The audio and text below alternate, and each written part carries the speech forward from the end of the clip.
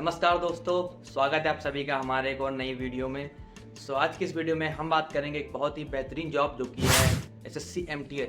हाँ दोस्तों, अगर जो आप एसएससी एमटीएस में जॉब पाना चाहते हैं तो हम इस वीडियो में उसी के बारे में पूरा टोटल बात करेंगे कि जॉब कैसे पाएँ एंड उसमें एग्ज़ाम पैटर्न क्या होता है, सैलरी क्या रहती है, एलिजिबिलिटी क्या रहती है एंड और भी चीज़ें हैं जैसे कि इसमें एसएससी एमटीएस में जो भी मतलब पोस्ट क्या क्या होती हैं, कैसे प्रिपरेशन करें, क्या सिलेबस रहता है, कौन सी बुक्स लें। आज की इस वीडियो में हम पूरी बात करेंगे। चलिए वीडियो को स्टार्ट करते हैं बिना टाइम को वेस्ट किए। तो लेट्स स्टार्ट। तो हम बात करते हैं एसएससी एमटीएस क्या है। तो दोस्तों एसएससी एमटीएस यानी staff selection commission multitasking. Basically इसमें मल्टीटास्किंग का वर्क रहता है। मान लीजिए कोई मुख्यालय वगैरह हो गया, वहाँ पे जो मतलब पियोन एंड अदर चीज़ की ज़रूरत पड़ती है वो यही लोग करते हैं। हम बात करते हैं इसमें आपको पोस्ट क्या क्या मिलेंगे। बेसिकली जो हम मतलब एग्जाम क्रैक करने के बाद इसमें जाते हैं एमटीएस में, तो इसमें पोस्ट क्या क्या मिलती है। तो बेसिकली पहले जो आ जाती है हमारी पोस्ट होती है एमटीएस यानी मल्टीटास्किंग स्टाफ। लाइक अगर जो आप किसी ऑफिस में जाएंगे एज ए ऑफिस बॉय या फिर ऑफिस हेल्पर की जगह काम करेंगे। एट हम बात करते हैं सेकेंड नंबर की जो कि office helper. Office helper like देखो आपको फाइल वगैरह देना हो गया एंड अदर चीज़ें होती हैं, यही सब एमटीएस में रहता है। बेसिकली इसका नाम ही मल्टीटास्किंग। एंड थर्ड है हमारी पियोन। पियोन भी वही बात हो गया मैंने जैसा कि आपको बताया। तो यही सब आ जाती हैं इसके अंदर हमारी जॉब्स वगैरह एंड सो ऑन ईटीसी मतलब इसमें है। तो इसका नाम ही बेसिकली इस वजह से पड़ा है मल्टीटास्किंग स्टाफ। इसमें आपको बहुत से काम करने पड़ते हैं एज आ मतलब ऑफिस बॉय।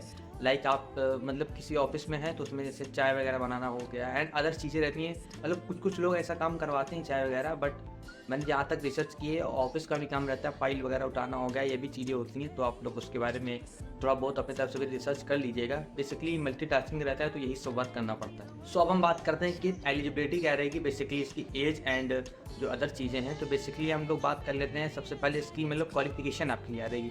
सो क्वालिफिकेशन सिर्फ और सिर्फ 10th क्लास है। अगर जो आप 10th पास हैं तो आप एमटीएस के लिए अप्लाई कर सकते हैं। एंड मेरे ख्याल से अगर जो आप 10th पास हैं और एमटीएस का फॉर्म है तो आपको डेफिनेटली मतलब फॉर्म भरना चाहिए। तो ये रहे इसका क्वालिफिकेशन। आप 12th पास हैं तो भी आप इसमें जा सकते हैं। और जहाँ तक कि मेरी रिसर्च है, मैंने मतलब देखा है जो एमटीएस लेवल का एग्ज़ाम रहता है वो टफ हो जाता है। मतलब इतना टफ है तो नहीं, बट टफ हो गया कंपटीशन की वजह से। क्योंकि जो सीजीएल के एग्ज़ाम देते हैं वो भी एमटीएस देते हैं, सीएचएसएल वाले भी एमटीएस देते हैं। बेसिकली अगर जो वहाँ किसी का नहीं हुआ तो सारे एग्ज़ाम सीजीएल वाले देते हैं। और सीजीएल में सबसे अच्छी बात ये है कि आपको सारा सिलेबस सेम मिल जाता है, ये नहीं आपको अलग से पढ़ना पड़ेगा। तो ये इसमें बहुत ही अच्छी बात है। अगर जो आप सीजीएल के लिए तैयारी करेंगे, लाइक आपको मतलब जो इनकम टैक्स ऑफिसर लेवल की जॉब रहती है उसकी तैयारी करेंगे तो आपसे सीएचएसएल भी निकल सकता है, एमटीएस भी निकल जाएगा। तो मैं तो ये कहूँगा अगर जो आप तैयारी कर रहे हैं एमटीएस की तो आप सीजीएल लेवल की तैयारी करिए, क्योंकि उसी के अंदर सब कवर हो जाता है। तो ये मैंने बात कर ली इसकी। अब हम बात करते हैं इसकी एज की। तो एज बेसिकली इसमें 18 से 25 साल रहती है एंड कुछ मतलब पोस्ट के लिए तो 18 से 27 हो जाती है। तो आप वो देख लीजिएगा। बाकी मतलब मेरा तो यही रिसर्च हुई है कि कुछ मतलब जो पोस्ट होती है उनमें 18 साल से 27 साल हो जाती है। एंड बाकी अगर जो आप SC ST या फिर OBC से आ जाते हैं तो आपको पता ही होगा, OBC के लिए 3 साल रिलैक्सेशन मिल जाता है, मतलब ये वो हो जाता है। एंड ST SC के लिए 5 साल। तो ये है। सो अब बात करते हैं एग्ज़ाम पैटर्न की। एग्ज़ाम पैटर्न बेसिकली इसका जो एग्ज़ाम होता है वो CBT होता है, मतलब कंप्यूटर बेस्ड टेस्ट।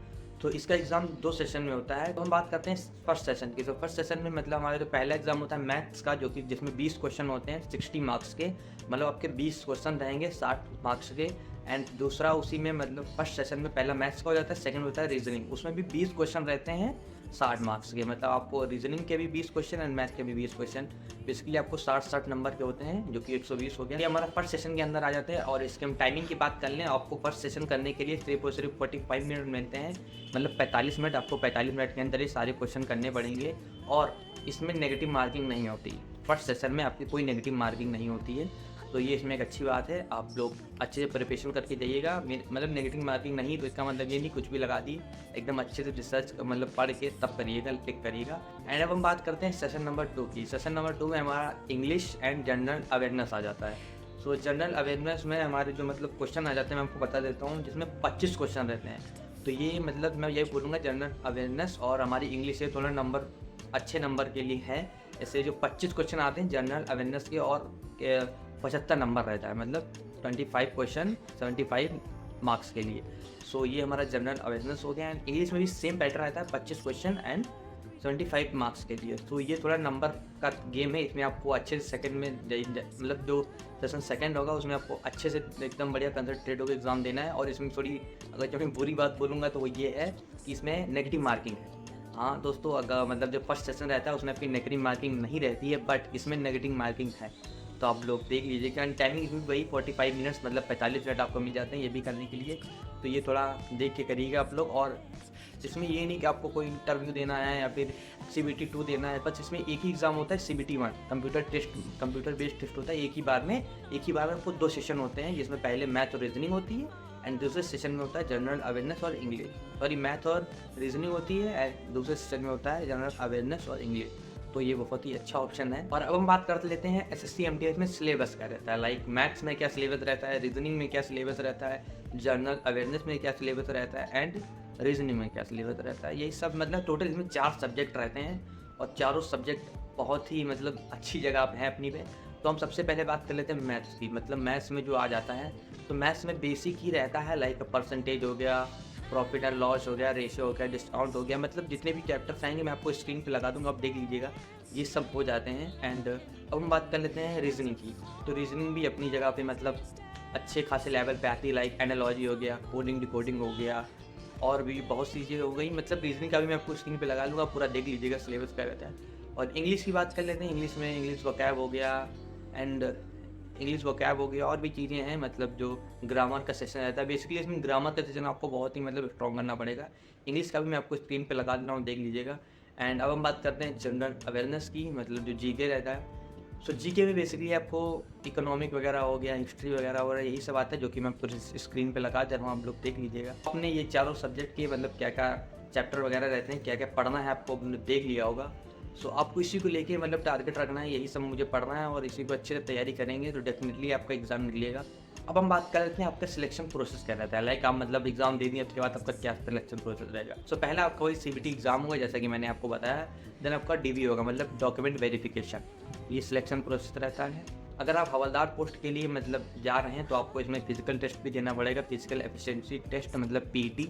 एंड और भी एक होता है, इसका मैं आपको बता दे रहा हूँ, जो कि है फिजिकल स्टैंडर्ड टेस्ट, PST। मतलब ये आपको हवलदार पोस्ट के लिए 2 टेस्ट देने पड़ेंगे सिलेक्शन प्रोसेस में। एंड अब हम बात कर लेते हैं SSC MTS में सैलरी क्या रहती है। तो भाई बहुत से लोग तो यही होंगे कि सैलरी कितनी मिलेगी, तो जो कि अच्छी बात है, डेफिनेटली भाई सैलरी पे जाना चाहिए। जब जहाँ सैलरी अच्छी होगी तभी आपका फ्यूचर अच्छा होगा। तो हम सैलरी की बात कर लेते हैं। तो SSC MTS में बेसिकली आपका सैलरी के क्या सीन रहता है, इसमें पे लेवल के हिसाब से सैलरी मिलती है। तो आपकी सैलरी जो होगी 18,000 होगी, एंड जो अलाउंस होता है वगैरह मिला के थोड़ी आपकी सैलरी बढ़ जाती है, जो कि मैं आपको बता देता हूँ क्या क्या होता है, अलाउंस में क्या क्या मिलता है।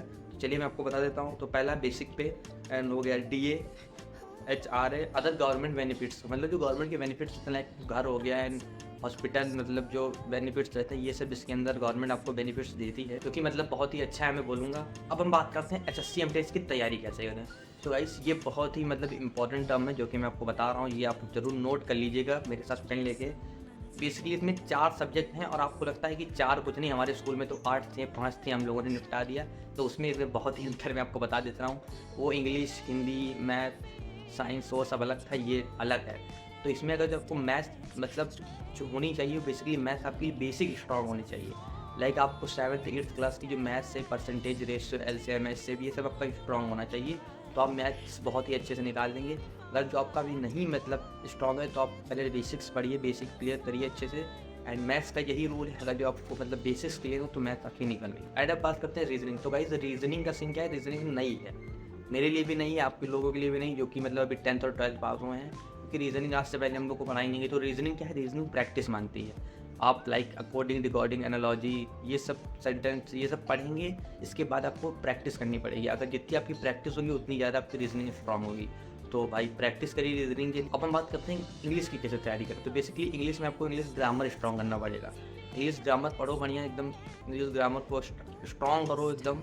लाइक आपको मतलब जो सेंटेंस वगैरह रहते हैं ग्रामर्स में, टेंस हो गया, आर्टिकल हो गई, ये सब आप स्ट्रॉन्ग करिए अच्छे से, तभी आपसे इंग्लिश हो पाएगा। अब करते हैं जनरल अवेयरनेस की। जनरल अवेयरनेस भाई इसमें आपको क्या रहेगा, डेली पढ़ो, ठीक है, करंट अफेयर्स को डेली मतलब रिवीजन करो। और जनरल जीके वगैरह सीन है ना, जीके का आपको डेली पढ़ना पड़ेगा, उसको रट्टा ही मारना पड़ेगा, जहाँ तक कि मेरा हो। और ये सब करने के बाद आपको जो है प्रीवियस ईयर जो मॉडल पेपर वगैरह हो गए, प्रीवियस ईयर्स के पेपर हो गए, उन सब पे ध्यान दीजिए, उन सबको फोकस कीजिए, मतलब उन सबको जितना हो सके उतना लगाइए। कोई आप बेसिकली किसी मतलब प्लेटफॉर्म पे चले जाइए, उनके टेस्ट सीरीज होती हैं, सब पढ़ने के बाद उनके टेस्ट सीरीज से क्वेश्चन वगैरह लगाइए। सो ये रही दोस्तों पूरी वीडियो SSC MTS के ऊपर। अगर जो आपको वीडियो पसंद आई है तो आप डेफिनेटली लाइक करिएगा एंड चैनल पर नए हैं तो सब्सक्राइब करिएगा।